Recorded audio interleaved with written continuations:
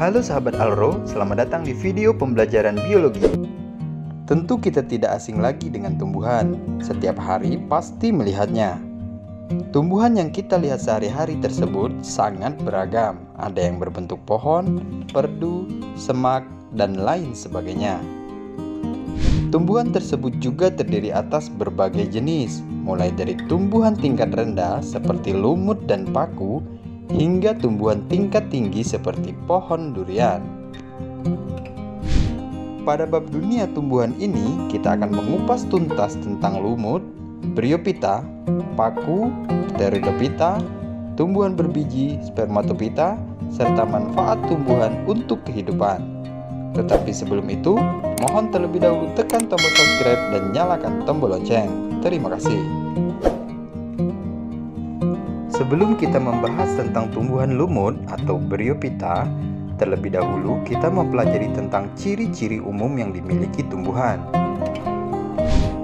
Makhluk hidup yang tergolong ke dalam kelompok tumbuhan, bagian inti selnya telah diselubungi oleh membran inti, sehingga ia bersifat eukariot. Sedangkan makhluk hidup lain yang inti selnya tidak memiliki membran dinamakan prokariot, contohnya adalah bakteri. Selain itu, tubuh tumbuhan tersusun oleh banyak sel atau multiseluler. Sebagian dari sel tersebut kemudian terspesialisasi membentuk jaringan yang nantinya akan terbentuk organ seperti akar, batang, daun, dan buah. Berbeda dengan hewan, selain selnya diselubungi oleh membran, sel tumbuhan dilapisi lagi oleh lapisan yang terbuat dari selulosa. Lapisan tersebut dinamakan dinding sel. Dinding sel memberikan perlindungan terhadap sel, sekaligus membuat sel tumbuhan menjadi kaku.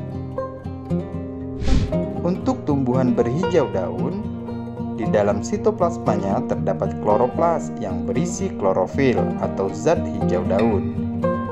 Dengan adanya klorofil tersebut, membuatnya mampu melakukan fotosintesis untuk memenuhi kebutuhan makanannya dengan cara mengubah zat anorganik menjadi zat organik sehingga bersifat autotrof. Beberapa jenis protista sebenarnya juga memiliki ciri yang sama dengan tumbuhan, yaitu terdapat klorofil.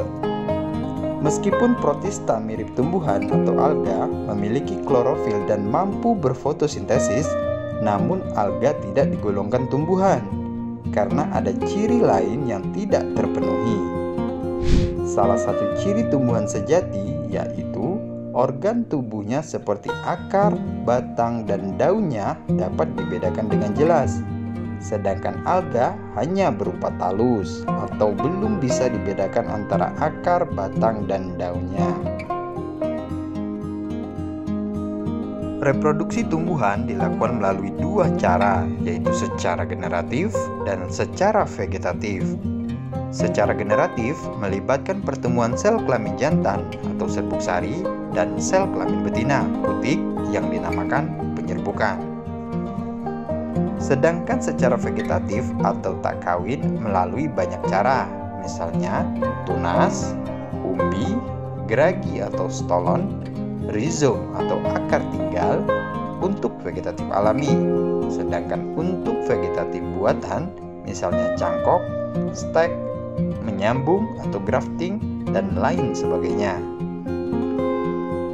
Beberapa jenis tumbuhan ada yang mengalami pergiliran keturunan atau metagenesis antara gametofit dan sporofit, seperti tumbuhan lumut, Bryophyta, dan tumbuhan paku, Pteridophyta, yang akan dibahas lebih rinci pada video selanjutnya.